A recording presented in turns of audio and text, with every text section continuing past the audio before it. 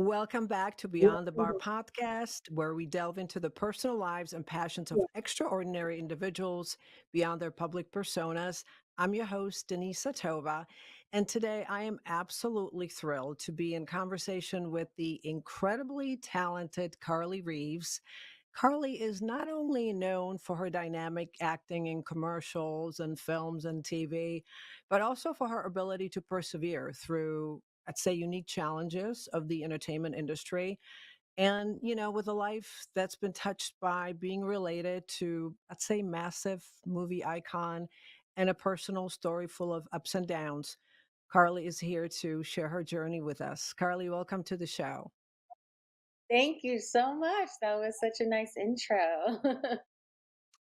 You have such a great energy about you, and I really mean that. So let's start with your journey. The obvious question, how has growing up with a famous uncle like Tom Hanks shaped your path into, acting and really like your perspective on the industry? Yeah, I mean, I've always wanted to do acting as a kid, but like having a famous celebrity who was doing it and then my cousins were doing it, I was like, well, it's pretty attainable, I think. I think I could do that too. And I just loved the theater so much. So, and he always brought us to the theater when we could. So, we were very cultured in that aspect. I got to go to a lot of different theater shows in New York and like Broadway, and I was always just mesmerized by acting and stage theater. So growing up with him though, I mean, it's wild. It's a whole lot of there's disadvantages and there's advantages, and I don't know if people would think that when they think of like, oh, a nepo baby or something. But there's definitely there's challenges to wanting to pursue the same thing because you have to be either as good as them or like you have to prove your talent essentially, because otherwise you're just family and you're just thrown away in like the pile. Like unless you're like Kate Hudson and you're perfect and Goldie Hawn, her daughter. Yeah. But it's hard because I had to pave my own path. I couldn't just rely on the fact that I had a famous uncle to like get me in the door places. Um, so yeah, it was interesting, I would say the least, because I got to meet so many famous people in my life, and you would think that would open some doors, but like I was just always known as the family, the niece. So it was really hard being taken seriously as an actual actor with such fame in my family. Yeah. And I think that's probably an aspect that many people don't realize is that, okay, so you are connected to a certain name, but you have to do the rest of the work. And you were not born into it. It was not handed to you. Yes. I mean, you had a support, I imagine, maybe even a little bit of mentorship, but so who would you say who are you, outside of acting? How would you describe yourself at a core? Like who's Carly? I don't take life too seriously. Like I'm kind of a goofball. I like to laugh and I love just I don't know, I love comedy, so I always said, I took a my aunt's actually women's studies class, the Quinn Essentials, because her last name is Andrea Quinn, and I took her women's studies class, and I got to know myself and who I am at the core, and it was a great experience. I know that I'm very passionate because I've always been an outspoken person that fights for justice and always wants for things to be fair, so I'm extremely passionate in that way. And I'm passionate about just, other things in my life, like my career and stuff like that. So I think definitely passionate. I'm pretty loyal and hardworking. I've never been kind of someone, my mom always can like rely on me to get through the bad things, like anytime I had some Oh. hardship or had to go through something tough, my mom was like, "You got it. Like I know you'll figure it out." Like I've been in spots where I, haven't had jobs and haven't had money, and like I have never had a boyfriend that was like rich and took care of me or anything like that. I was never interested in other people taking care of me. And my Mm. uncle and my aunt, like they kind of instilled that in me also. Like they didn't spoil their kids. Yes, they were privileged, but were they spoiled? Like, no, I don't think that. And I certainly wasn't spoiled because I was just an extension of, his kids essentially. So my mom was a teacher. I was like, I grew up very normal, like in the valley. Um, didn't have, shopped at Marshalls and Payless, and was like just a normal middle class person. Um, Yeah. but then I had, I going after I was turned 14, and then we were able to move to the Palisades, then things kind of changed. My lifestyle changed, my friends changed, my school. So I had to kind of adapt to that. So Mm. um yeah, but you asked me what my core who I am, huh? That's a Yeah. long-winded Yeah. question or answer to that question.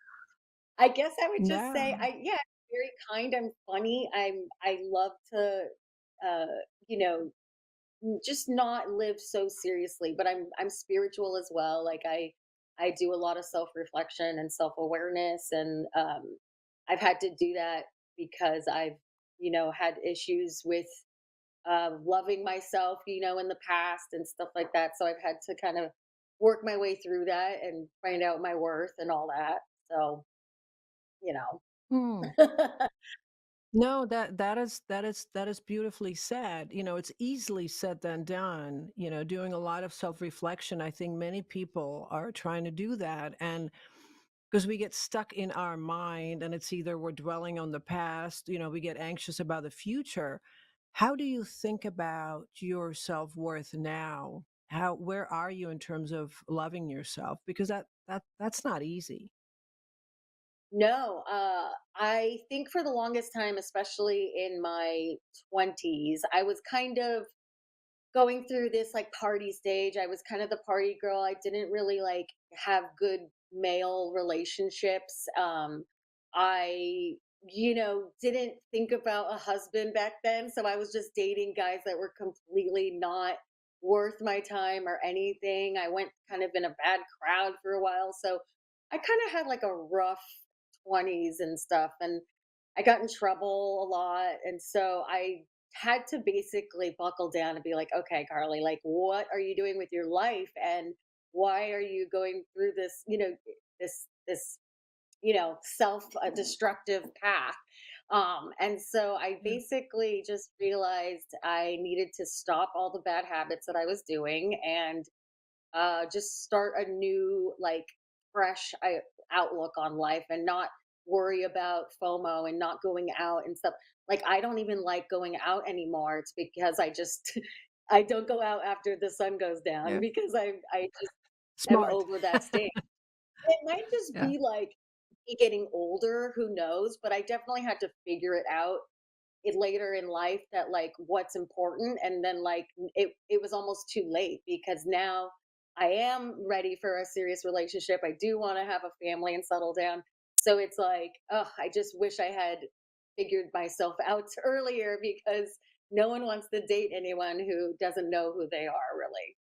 So I had to really figure it Mm. out, and I love myself now. I do think that I'm pretty unique and I'm quirky, and some people may not like me, and especially with my claim to fame meltdown, like that wasn't a great look for some people. I thought it was hilarious because I just basically I thought it was classic Carly. Like I get upset and throw tantrums sometimes. So and it was a pure emotion. So I just, yeah. Yeah. But people saw it a different way, which is understandable because it's, reality TV. But yeah, I really do think I can admit to love myself now, like because I accept who I am. And I do know I'm not everyone's cup of tea. So, but you have to just stick to it. Like even the people even hated people are the ones that, get attention too. Look at the Kardashians. So Listen, No, I see it differently. I see it as you have the courage. So a lot of people are trying to do, but they never get there. It's easy to be judgmental and to criticize. And those people are generally hurting and have lots of insecurities. And I think the social media, it makes it easier for people to point fingers from the distance. I'm not familiar with the show, but when you brought it up, I play the quick clip of it, and I saw someone who expressed emotions in that moment, and that takes guts. I was going to use a different word, but it does, because it was genuinely and authentically you. And so I would say, okay, this is who I am, because look, I've gotten there too. This is who I am. You either take it or leave it, just like I will accept you for who you are, take it or leave it, because life is too damn short. And Right. so all kudos to you. Yeah, you have nothing in my book. I mean, I really, I don't, we don't know each other, but from where I'm sitting and what I've observed and having spoken to so many people, is you have nothing to apologize for. It's you felt emotions in that moment. That's that. Yeah, Yeah. absolutely. Yeah. Um, the dating, that's interesting too. I don't know. I've had a conversation with Mara Marini from Parks and Recs and other shows, and she said dating in LA, it's a disaster. Because it almost, and I'm just curious to hear about your experience, that it's almost like people are afraid to be seen, right? It's more important to count your likes and swipes than actually have like a face to face contact and like show yourself, like reveal who you truly are. What has been your experience in that area? 100%, totally. Like people, I know my ex actually still has an account on his Bumble just to see who likes him, and I'm like, oh my god, you literally just do it for the validation. And so Yeah, yeah, there's a lot of guys that just want to see if they can get a hot yeah. girl or something. I And that's my problem, like, all the ones that I like don't respond, and then the ones that like me, I do not like at all. I'm like, "No, no." So, it's really hard, and I've been on so many dates where I mean, I dated I went on, like, the 2nd and 3rd date, and then it just kind of like there's nothing there to keep it going. In LA, Yeah, for sure, the boys are just, they're trying to make it in there with their screenwriters guild, and they're, they got screenwriters and they got film producers. I mean, it's all people looking for a dream, and chasing a yeah. dream. And I think so. It's hard for guys to take it seriously, like have a family and kids. So it's a lot of bachelors out here, but they're not willing to commit. So Yeah, it's been tough. it sounds like it's an epidemic on all the way around, right? It's for just about anybody. It's, I think, this whole notion of being seen, if it's so easy just to, to keep swiping. And now we're at the age of AI, which is funny because we have AI porn and all sorts of stuff, AI dating and dating apps and matchmaking.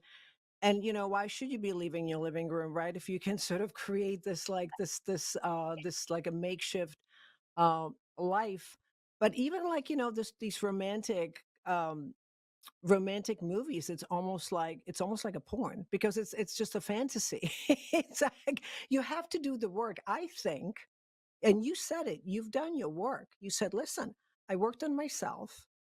This is who I am, and this is how I got here. So to me, it's like, unless you do your work, you keep on carrying the same crap into the next relationship. And how do you, yeah, ever become Right. just sort of, right? It's, yeah, it's and I, you have special interest in comedy.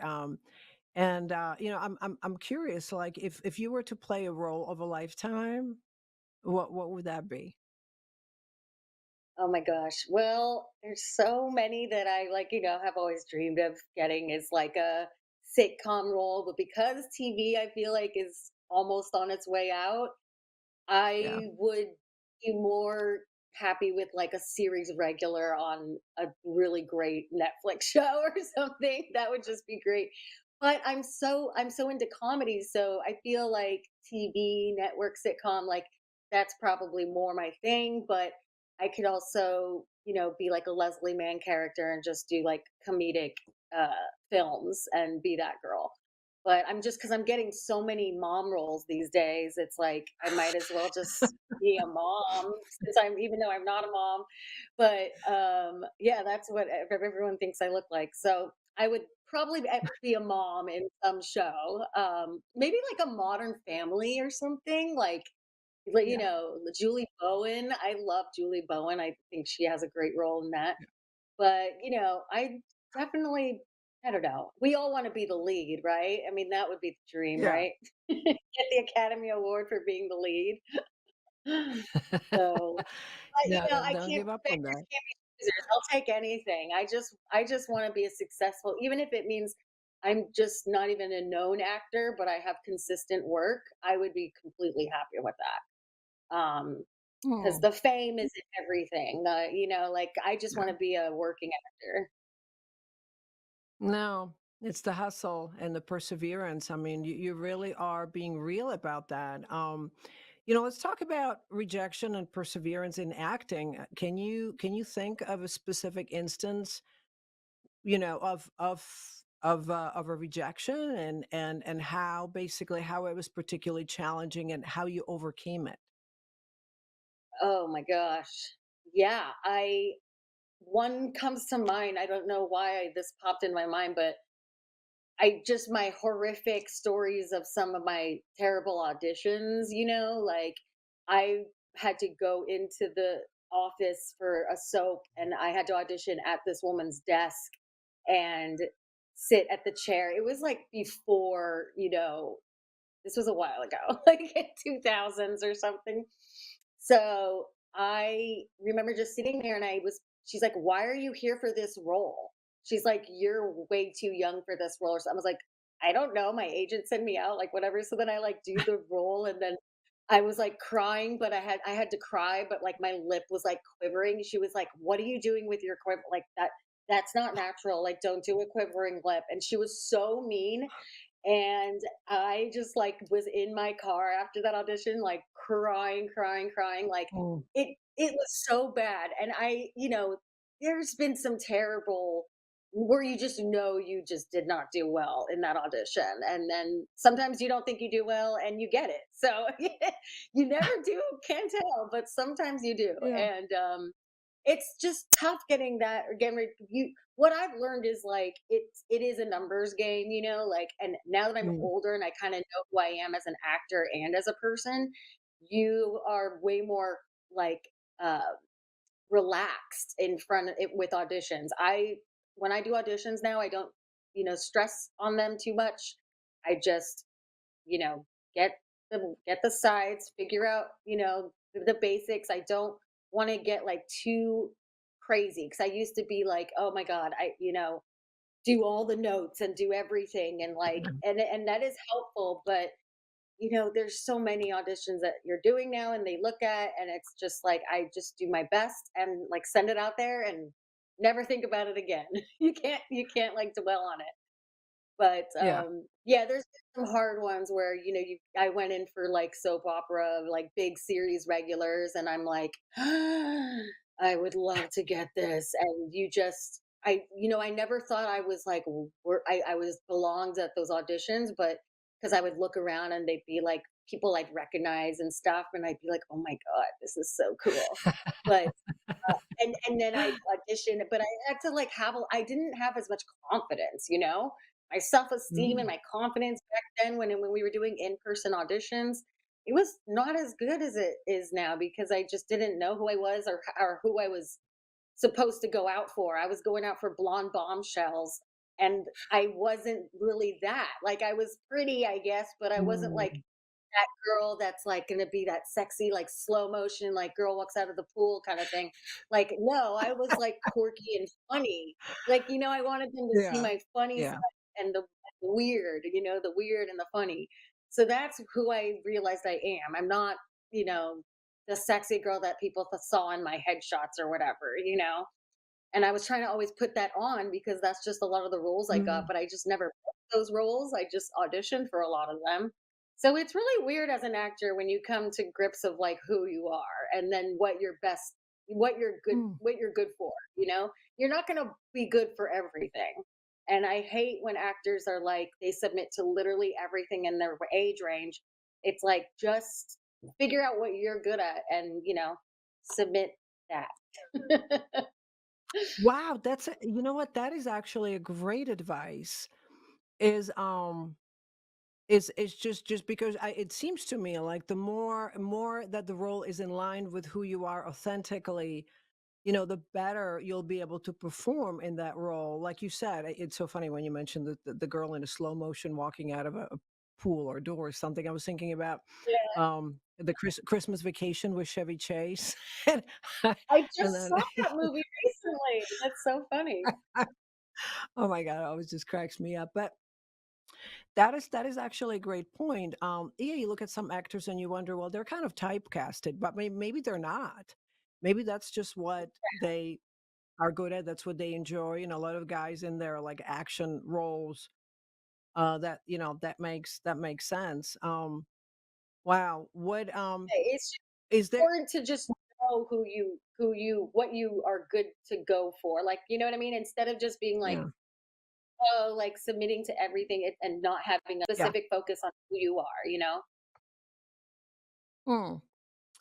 What would you say is the best advice that your uncle Tom Hanks gave you in terms of acting? Yeah. He always says this in every kind of inside the actor studio or anything like that. But he basically says if you can get rid of like self consciousness, then Hmm. that's like half of the battle of acting is and I think what he means by that is not worrying about what it looks like on the outside, but it's all about Hmm. how it feels on the inside. So it's like, yes, you have a billion cameras around you, and yes, you have all this stuff in this, world you're supposed to be living in, but it's like you just can't be self conscious about what the choices that you're making, as the actor. And you Hmm. can't judge yourself. You have to like just be and not care about how you look kind of thing. And that's where you get the best, I think, moments in acting is when you are completely don't care about how you look on the outside and you're acting your natural, you know, you're being yourself, but in the character, of course. So he That said that yeah. he used to come to my Wow. acting classes and say that. So he is definitely, I always ask him, how do you do it? How do you do it? And he just, I mean, he doesn't ever give me a real answer. It's always just like, oh, I just do Yeah. it. Just Always a do it. joke or Just do it. yeah, But, that's exactly. that's actually interesting because I go by feel, and I was actually interviewing someone earlier, and we talked about active listening and how I think for many people, it's tough to truly listen and not be formulating a response. And I wonder if it's mildly connected because to me, it's like you almost throwing yourself in the arena of uncertainty, right? So removing that consciousness, you almost are like you just like so connected with what you're receiving from the other person, whether it's a role, whether it's a dialogue. You're not worried about what you sound like, what you look like, what's around you, and you're just like so immersed. But yeah, that's interesting. What what makes you laugh? Like laugh out loud? Oh man, I mean, I love South Park. I'll say that. I love South Park. I will watch reruns of South Park, and they always make me laugh. My cats make me laugh. Right? Yeah. I love my nephew and my niece. They make me laugh all the time.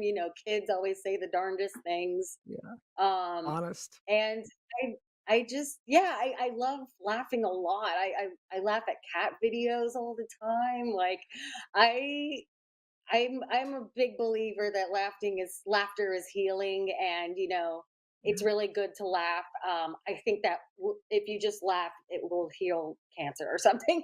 Like you just have to have Yeah. positive energy, Yeah. positive vibe, and it's always really healthy to laugh. Like if I didn't, I need to have a guy that has a good sense of humor, because that's so Oh, yeah. important to me. Oh, yeah. But yeah, I just and I love, comedies. I always go to comedy shows, and I love sketch comedy. I mean, SNL. I love doing sketches, and I love parodies. I write my own Yeah. parodies, and I perform them because I just think it's a fun little hobby for me. Like, and people think it's probably weird, but I love creating, songs, and I don't pay for people to, like, produce my stuff. Like, I do it on my Mm. iPhone with this little Wow. microphone, and I just record it myself, and I do it, and I don't spend any money doing it because I don't have money, and I don't care, but people are like, "Wow, look at this awful parody she posted," and it's like, she doesn't even sound good, and I'm like, "I'm not trying to sound like Mariah Carey, okay? I'm just trying to put out a funny Duh. video." Yeah. It's for you. So it's exactly, it's totally for me, and I'm Yeah. like, I laugh. So if I laugh, I'm good. I like to laugh at myself a lot. So Yeah, that is so important because if you take yourself so seriously, you might as well just bye-bye. It's like but you're right. I realize that too. The laughter is so good because we're so programmed to be like always ready for a battle, always ready for the worst. It's like, okay, what happened to now and just laughing? Yeah, that's wow. This has been really enlightening and awesome. Last question. I'm just curious, what's your favorite chill time? what's my favorite chill time? Yeah. Chill time, like Chill. Yeah, like, what do you like to do when you're not working or, like, just to like, relax? What's your form of Oh my relaxation? well, that's a lot of my life. A lot of my life is chill time. I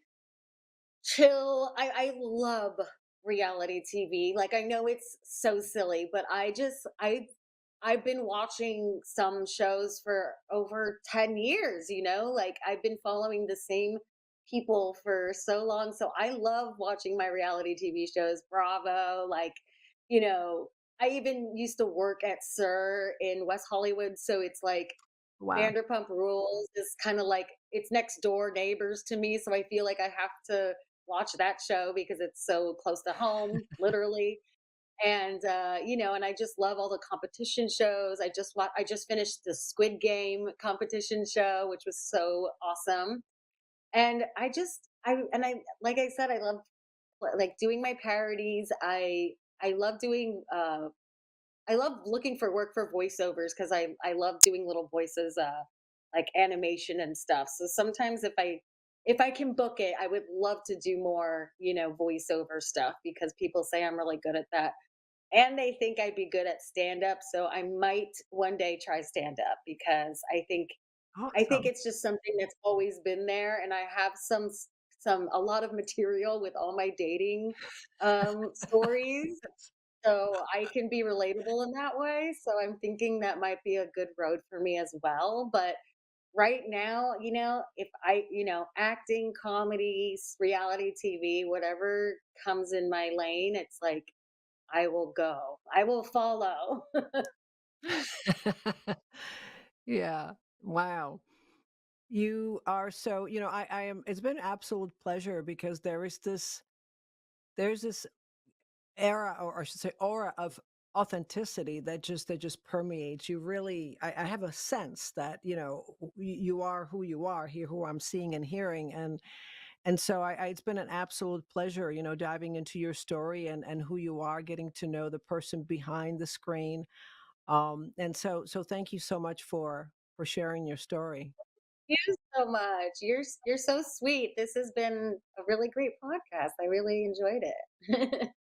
Oh, and you know what? And this is not the end of it.